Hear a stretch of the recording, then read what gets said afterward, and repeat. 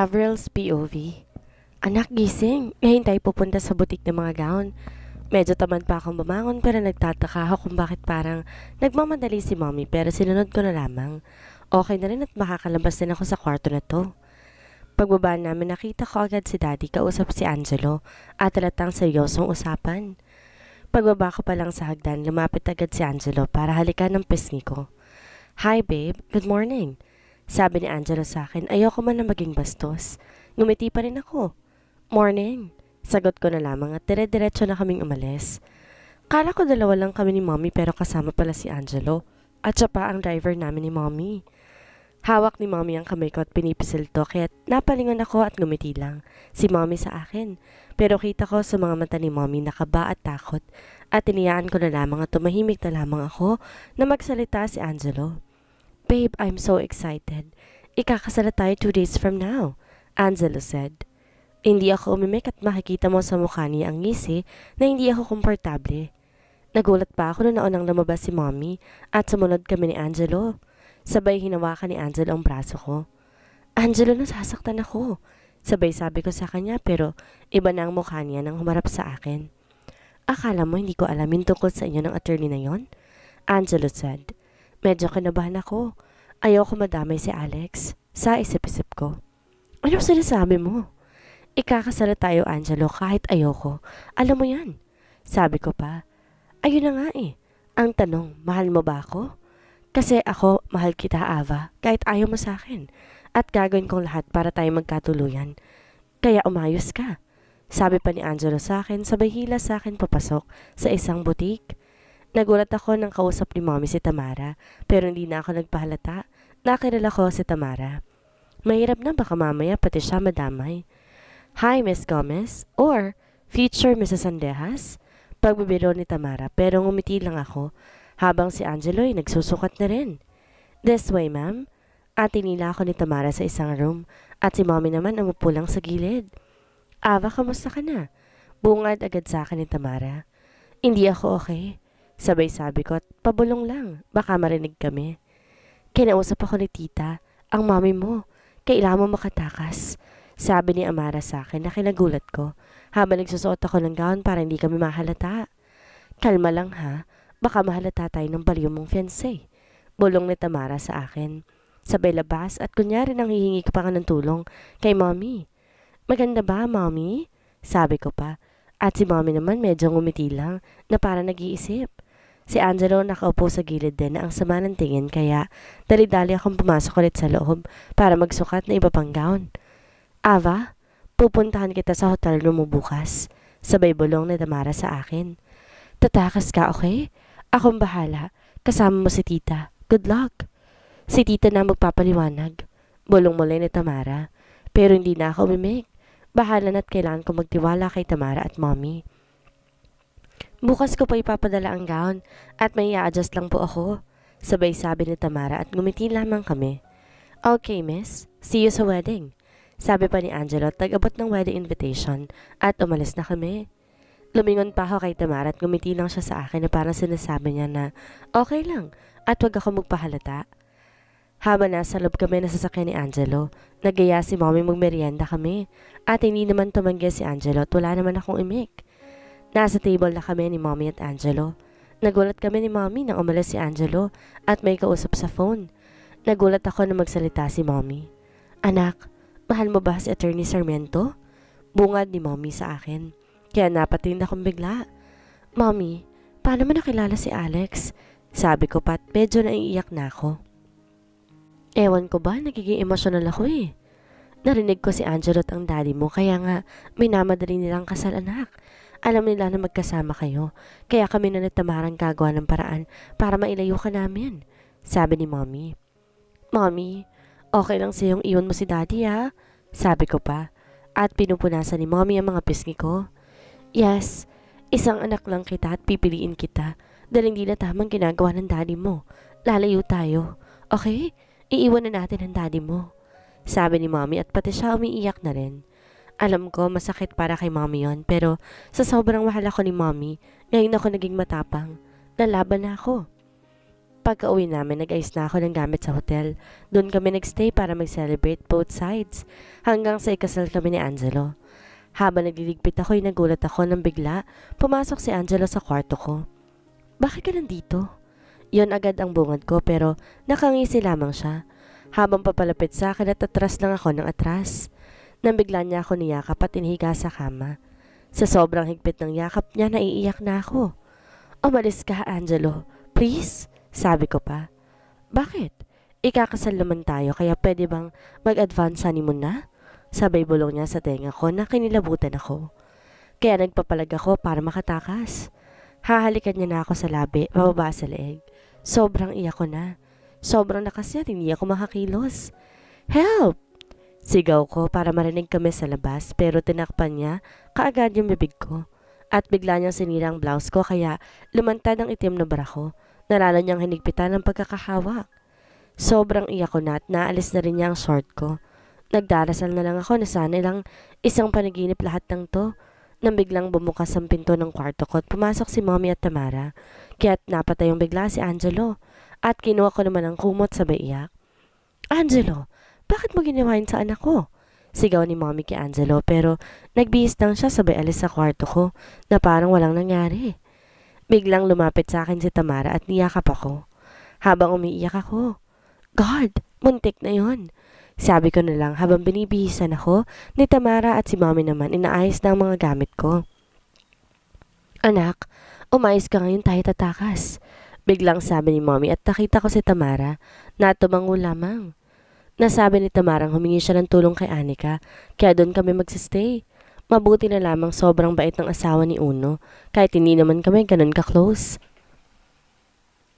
Tahimik lang ako. Kaming tatlo. Pababa kami ng hagdan at nakita ko si Angelo kausap ang mga tauhan ni Daddy. Pero wala si Daddy at sumakay kagad kami sa kotse ni Tamara. Anak, sorry. Kasalanan ko ito eh. Sabi ni Mommy at umiyak na rin. Kaya niyakap ko si Mommy. Okay lang po, Mommy. Buti nga nakapunta kayo agad eh. Hindi na ituloy ni Angelo ang gusto niya. Sabi ko pa, hindi yun anak. Sorry dahil dapat sinabi ko na sa iyong una pa lamang na maraming iligal na gawain ng daddy mo. At isa sa mga kasunduan nila na ikaw ang kapalit para hindi tayo maghirap. Sabay sabi ni Mommy at tahimik lamang ako. Pinenta ka ng daddy mo kay Angelo at nakipag-transaction siya sa mga illegal business ni Angelo. At nalaman kong planado lahat yon ng mga sandehas. Dahil dati pa gusto pa ni Mark Angelo ikaw. Pag-amin ni Mommy sa akin na kinaiyak ko. Pero nandito na kasi kaya gagawin kong lahat para iwasan ng mga sandehas. Lalo na si Daddy. Alex POV. Bangon dyan! Sigaw ni Uno kay Alex na lasing pa din. Simula nang di namin makita si Ava, nagmukmok si attorney. Tapos si Troy naman busy rin. Di ko alam, may alam siya pero tahimik lang ang loko. Bilis, bangon na! May alam na si Troy. Sabi ko pa kay Alex at ang gago, nagmamadaling bumangon kahit mahirap tumayo. Basta usapang Ava biglang nabubuhayan. Alex, manigo ka muna, ang baho mo na. Sabay sigaw ni Brex. Oo nga, mukha kang ermitanyo. Sabat naman ni Don. Ayusin mo ang sarili mo Alex, nandito lang kami. Hindi ka namin iiwan. Sabi pa ni Troy na kadarating lang. Sorry Alex, sabay sabi ni Troy. Medyo malakas sa mga sandehas. Sabat niya ulit pero ngayon alam ko na. Panimula ulit ni Troy. Nawawala si Ava. Biglang bungad ni Troy na ikinagulat ko. It means hindi natuloy ang kasal. Sabay sabi ni Don. Yes, at nabalitaan ko may tumulong kay Ava at isinaro ng asawa ni Uno. Sabi pa ni Troy at si Uno ngumingiti lamang. Sa totoo lang, kanina ko lang nalaman dahil sinabi ni Anika sa akin. Sabi ni Uno. Nasaan ngayon si Ava? Sabi ko kay Troy habang nagbibihes. Nasa isang rest house sila Uno sa Bataan. Bataan? May bahay ka doon? Bakit di namin alam yun? Sabi ko kay Uno. Yes, doon ko dinala si Anika. Remember? Yung nawala kami? Sabi ni Uno, tahimik na kami nag-usap. Kung saan? Nabigyan ako ng pag-asa. Wait for me, sweetie. Magsasama na tayo, di nakitaya ang lumayo pa. Avril's POV. Mommy, hanggang kailan tayo dito? Ewan ko anak, pero mas okay na to. Sabi ni Mommy sa akin. Maganda rito at sariwang hangin. Samahan mo pa ang bahay na gawa sa kahoy. 1 week na kami dito at si Tamara naman bumalik ng Manila at may business siyang dapat ayusin at asikasuhin. Marami na siyang naitulong sa akin, pati na rin si Anika. Siya ang nagpahiram ng bahay na ito. Ewan ko lang kung alam na ng asawa niya. Anak, okay ka lang ba? Namamalat ka, sabay sabi ni Mommy sa akin. Magsasalita pa sana ako nang bigla ako matumba at nawalan na ako ng malay. Nagising ako mataas ng lagnat at sobrang lamig ng paligid. Ang bigat ng pakiramdam ko. Gusto kong bumangon pero hindi ko kaya. God, what happened to me? Mommy! Sigaw ko ulit at pinilit kong tumayo at maglakad. Kaso bago ko pa mahawakan ng pinto, bumagsak ulit ako at sumuka na din. Bricks, malayo pa ba? Wait lang ha, hindi ko kabisadong bahay ni Uno. Pare-pareho lang tayong first time pupunta doon kaya relax lang Alex. Baka mabangga pa tayo. Pati sabi sa GPS tama lang ang ruta natin. Kalma lang. Kasi naman, magagabi na nasa daan pa rin tayo. Nagpunta kami ng Bataan pero hindi kasama si Uno.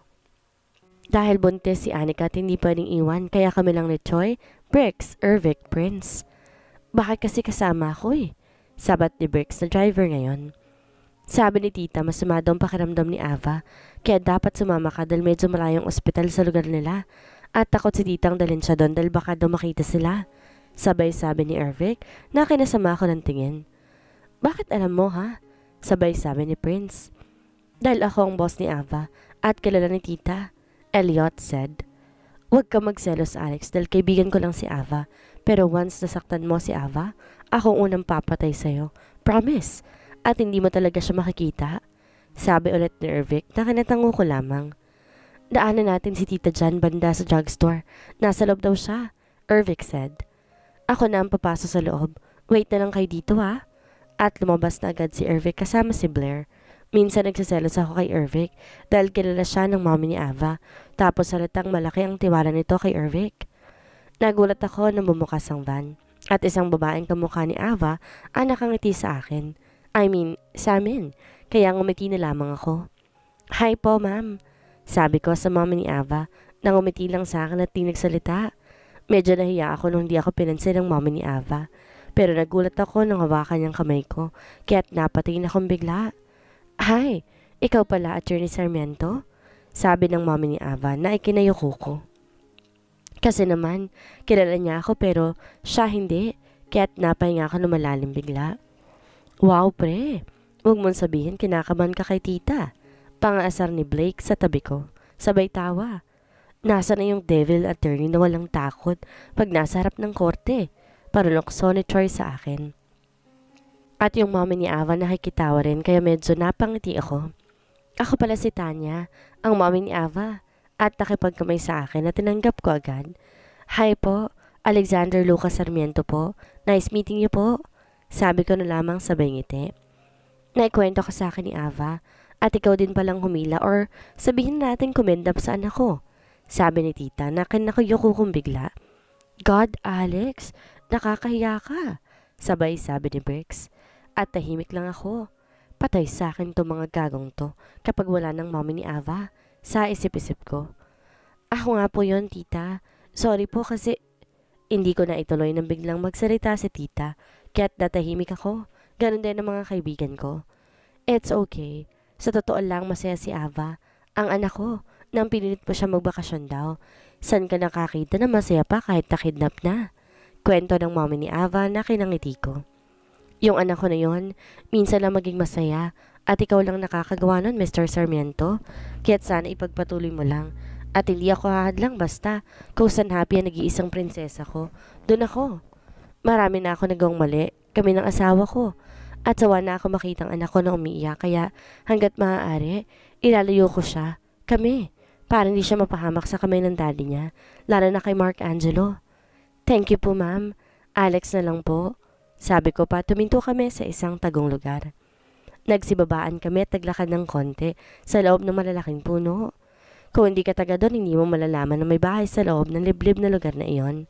Akalain mo si Uno, may ganitong lugar ang gago? Sabay sabi pa ni Prince.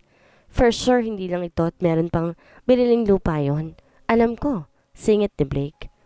Upo muna kayo at check ko lang si Ava. Sa taas, sabi ng mama ni Ava at kanya-kanya kami ng pesto. Nang biglang sumigaw si tita, na kinatayo namin at napatakbo akong bigla. Ava anak, ano nangyari? Pagbukas namin ng pinto, umiiyak na si tita. At nakita ko si Ava na nasa sahig at namumutla na kaya dali-dali ko siyang binuhat at tinihiga sa kama. At nakita ko nang nasa likod ko na si Bricks. Ako na dyan, Alex. Sabay sabi ni Bricks at medyo lumayo ako. Don't touch too much. Sabi ko pa kay Bricks nang umiti lamang ang gago. Possessive masyado. Wala namang sila. Bulong ni Ervic pero rinig naming lahat. At bumaba si tita para magluto at sumama si Ervic at Prince para tumulong. Naiwan kami ni Bricks at Troy at Blake para magbantay at mag-check na rin sa lugar. Avril's POV. Nagising ako nang maliwanag na sa labas at medyo magaan na ang pakiramdam ko. Kaya naligot nagbihis na ako agad para bumaba. Alam ko nasa baba na si mommy at medyo late na ako nagising at 10 a.m. na. Hindi na ako naka-breakfast kaya sa lunch na ako babawi ng kain. Paubaba na ako ng hagdan nang may marinig ako nag-uusap at samahan pa na nagtatawanan. Kaya naalerto ako agad. Baka napasa kami ng kusinong lalaki. Kasi sabi ni Tamara bukod sa amin ni Anika lang at unong may alam kung lugar. Kinuha agad yung baseball bat. Niready ko dahil meron naglalakad na papalapit sa akin. Kaya't dali-dali kong hinampas yung dalawang lalaki. At hindi ko sila kilala. Pero napahinto ako nang marinig ko ang tawag nila sa pangalan ni Alex kaya huminto ako. Ouch! Shit! Sigaw na isang lalaki na may eyeglass na suot. You woman! Sigaw na isang lalaki na tayo-tayo ang buhok. Pero pinalo ko agad ang braso niya kaya napasigaw na siya. Shit! Help! Alex! Sigaw niya kaya napahinto ako dahil bigla ko niyakap ni Alex. Kinuha ang hawak ko. Nakatingin lang ako kay Alex kasi imposibleng nasa harap ko yung lalaking miss na miss ko na. At gusto kong makita talaga. Aray! Bricks, gamutin mo ko. Sabi ni Prince na hawak ang braso niya na may pasa. Gonggong, ako din. Kaya pinalo ko siya sa hita. Sira ka. At iikay ka naglakad papunta sa sala. At ako naman di makatingin. Kasi naman nagulat ako na may ibang tao sa bahay. Bukod sa amin ni mommy. Naku, sorry po. Sabi ko na lang sabay yaka pa rin ako ni Alex. Pre, tama na pa PDA nyo. Kawawa naman ng mga single. Singit ni Ervic na nakaupo na rin sa sala.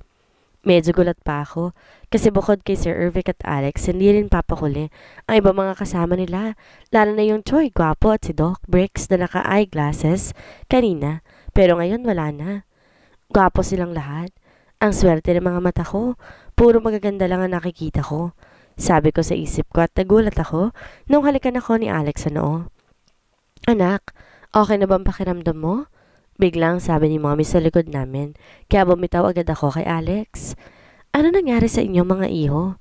Sabay sabi ni mommy na makita si Prince at Bricks na hawak ang braso tita.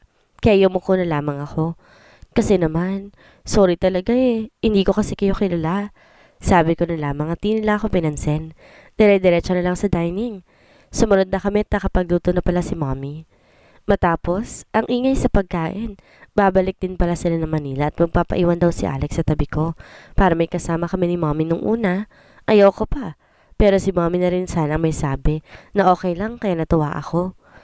Naisipan ni Troy na palagyan ng CCTV ang loob ng bahay at yung sa entrance at labas para ma-monitor kami. Medyo malayong lugar kaya mahirap na akong biglang sumulpot ng mga tauhan ng daddy ni Ava. At nalaman din namin kumikilos na rin yung Angelo na yon dahil nga sa pagtakas ni Ava sa kasal. Pre, good luck! Sabay appear ni Prince at iba pang kaibigan niya. Habang nagre-ready na pabalik ng Maynila, nagulat ako na bigyan ako ng baril ni Troy at tinanggap ko yun in case at bigla kaming susugudin. Enjoy! Sabat naman ni Ervic na kinatango ko lamang. At umalis na sila at naiwan kami ni Ava. Sa likod bahay sa mini garden habang nasa loob ng bahay si mommy at magliligpit lamang daw. May sinat ka pa, Alex said. At yakap niya akong bigla at gumanti naman ako, bigla. Sapat na yung init ng yakap ni Alex sa akin. Ewan ko ba bakit miss na miss kong attorney na to? Akalaan mo may ganitong lugar si Uno? Hindi namin alam. Panimula ni Alex na ikinangiti ko lamang. Oo nga pala. Hindi ko alam close pala kay ni Anika, Alex said. Si Tamarang close niya at kami bago lang magkakilala. Remember yung sa civil wedding nila? Yung pinakilala mo akong girlfriend kahit di naman? Sabi ko pa. Pag niligawan ba kita, may pag-asa akong maging boyfriend mo, Alex? Sad na nakatulala ako. Hindi ako nakaimik kasi nambibilang ang loko. Ava, sumagot ka naman. Kinakabahan ako dahil kung papayag ka, ito ang unang manliligaw ko. Sabay taba. Ang isang sikat ni attorney, hindi marunong manligaw. Totoo ba yan? Mukha naman ding nakukuha mong gusto mo kaya hindi mo na try manligaw sa iba. Sabi ko pa. Oo nga pero hindi ikaw. Ang hirap po kayong kunin at ang hirap po magtiwala. Alex said. Pero nung gabi yung sa kondo ko, doon ang simula ng lahat. Lalo pa nang iwan mo ko dati. Ako ang gumagawa sa mga babae. Karma ko na ata yun eh. Sabi ko pa kaya magkita lang tayo ulit. Sabi ko, gagawin kong lahat makasama lang kita. Kahit kasuhan mo pa ako, bahala na. Hindi mo masabi na mahal mo ako ng harapan. Sapat na sa akin ang halik at yakap na pinaramdam mo sa akin. Lalo na yung nasa isa tayo. I miss you, Ava. Totoo yun. Masyado ko na lang binabaliw. Sorry. Sabi ko na lamang at ayoko madamay si Alex. Lalo na ngayon. Sabi ko sa sarili ko habang yakap ko si Alex. Sa ngayon, i-enjoy natin habang magkasama tayo. Sabi ni Alex sa akin habang nakatingin kami sa labas sa puro bulaklak at puno. Hindi ko muna sasabihin kay Alex na mahal ko siya. Dapat ko muna siyang ayusin yung sa amin ni Daddy, lalo na si Angelo, na baliw. Sabi ko na lamang at gumanti na rin ako ng yakap. Kay Alex, nagising ako masakit ang ulo. Dahan-dahan akong bumangon para hindi magising si Mommy at chinek ko na lang ang clock na nakasabit. Laging ganito dahil sabi ko na lang 3 a.m. nagigising akong bigla tapos hirap nang bumalik sa pagtulog. Bumalik ako sa kama at tulog pa rin si Mommy. 3 days pa lang kami nakasama si Alex dito. Dahan-dahan ako lumabas at pumunta sa kwarto ni Alex. Ewan ko ba, miss na miss ko ng amoy ni Mr. Attorney. Ang weird lang kahit hindi siya naligo, mabango pa ring siya sa ilong ko. Pinihit ko ang door niya kaya puti na lamang at hindi nakalock. Ang likod? Habang nasa babang bewang ang kumot, dahan-dahan pa ako lumapit. Plano ko na lang konting yakap at amoy lang, ganun. Pero ewan ko ba bakit pumatong ako sa likod niya at niyakap ko siya. Sabi ko 5 minutes lang, total naman hindi na ako makakatulog. Pero hindi ko na malay nakatulog ulit ako sa likod ni Alex. Tanya's POV. Napapansin ko, iba ang kinikilos ng anak ko. Kaya't saktong paglabas ng room namin dahil tabi kami matulog. Dahil nag-aalala ako tulad ngayon. Kaya't sinundan ko siya at pumasok siya sa kwarto kung saan natutulog si Alex. Time check, 3 a.m. Nagulat ako nung inaamoy ang likod ni Alex sabay higa sa likod ng binata. Ang alam ko, once na nagising si Ava, hindi na makakatulog yun. Kaya naghintay pa ako. Pero laking gulat ko na nakapikit na rin ang mga mata niya. Hay, kung alam ko lang na makakatulog si Alex sa pagtulog ng anak ko, sila na lang sana nagtabi. Hindi na bata ang anak ko at napapansin ko na rin. Gusto ni Ava si Alex at wala akong tutol doon. Ngayon pa na naghihinala ako na baka buntis din ang anak ko.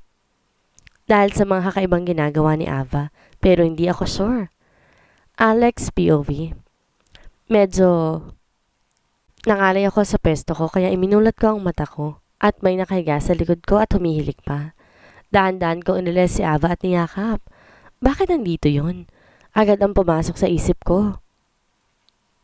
Baka pag nahuli kami ni tita magalit yun kasi naman ang alam ni mommy ni Ava. Hindi kami at manliligaw pa lamang ako. Tapos ngayon tabi na kayo matulog. Hay, pero bahala na. Miss ko na rin ang init ng katawan ng sweetie ko kaya niyakap ko na lang si Ava. Hinalikan sa labi at natulog muli.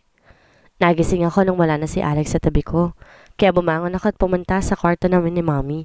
At naligo na rin. Nag-ayos para kumain sa baba. Morning, Mommy. San po si Alex?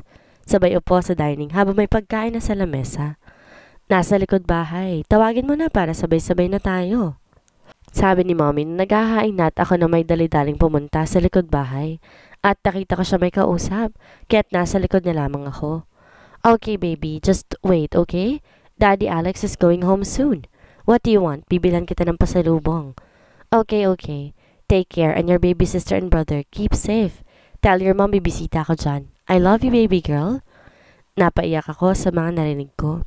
May anak at asawa na pala si Alex. Pero bakit sabi niya liligawan daw niya ako? Ano to, lokohan? Sabi ko pa kaya dali-dali ako umalis. Inayos ang mukha ko. Mahirap na baka malaman ni mommy na umiiyak ako. Kaya diretso ko taas para maghilamas ulit. Kainis ka, Alex. Babaero. Tita, si Ava po, Alex said. Hindi mo ba nakita? Sabi ko puntan ka sa likod bahay eh. At sabi mo kakausapin mo si Uno. Ano palang sabi? Tita said. Ayun, kinukumusta tayo dito, pati si Tali. Miss ko na ang baby girl na yun eh. Sabi ko pa kay tita. Alam niya na sweet yung bata na yon, ang anak ni Uno. Naku, sa video call ko lang nakita si Tali at masasabi kong magandang bata talaga. Puri ni Tita Tanya kay Tali. Nagtatawanan pa kami nang lumapit si Ava na bad mood. Kasi naman ang aga sa lubong agad ang kilay. Sweetie, good morning. At tahalik na dapat ako nang biglang iiwas siya na kinatang ako. At napatingin ako kay tita at nagulat din. May sumpong ang sweetie ko. Sabi ko na lang kaya pinabayaan ko na lamang. Mamaya ako susuyuin at kukulitin. Sweetie, dito ka sa tabi ko. Paglalambing ko pa pero wala siyang imig. Kuhaan kita ng milk. Yun ang dapat sa'yo, hindi ang coffee. Sabi ko ulit pero tahimik lamang siya. At di na ako makatiis. Kaya niyakap ko na siya. Baka na ako nandyan pa si tita Sweetie. Sweetie, bulong ko pa. Sabay siko sa akin kaya napadayang akong bigla. Tun ka sa baby mo. May pa I love you ka pa. Kainis ka? Sabay pala sa braso at dibdib ko. At inawat agad ni tita. Buti naman, kala ko, pasa at sugat na naman na makukuha ko. Anak, tama na yan. Nasarap tayo ng pagkain. Pagpapakalma ni tita Ava. At umiyak na talaga siya na ikinagulat namin ni tita. Kinausap ni tita si Ava sa taas at ako naman nagliligpit at ako na rin naghugas ng pinagkainan namin. Tsaka ako umupo sa sofa. Bumaba din si tita at nag-usap kami. Narinig pala ako ni Ava na kausap si Tali, ang anak ni Uno. Lahat kami Daddy ang tawag ng anak ni Uno at okay lang sa amin yon. Dahil nga sa tagal ni Taling nawalay kay Uno, kaya't sabik to sa Daddy kaya pati kami, Daddy na rin ang tawag. Buti na lang alam ni tita yon pero hindi alam ni Ava. Ngayon, ayaw daw akong kausap. Sabi ni tita kaya pinabayaan ko na lang muna. At si tita ay aalis daw at may bibilhin sa butika. Ingat po tita.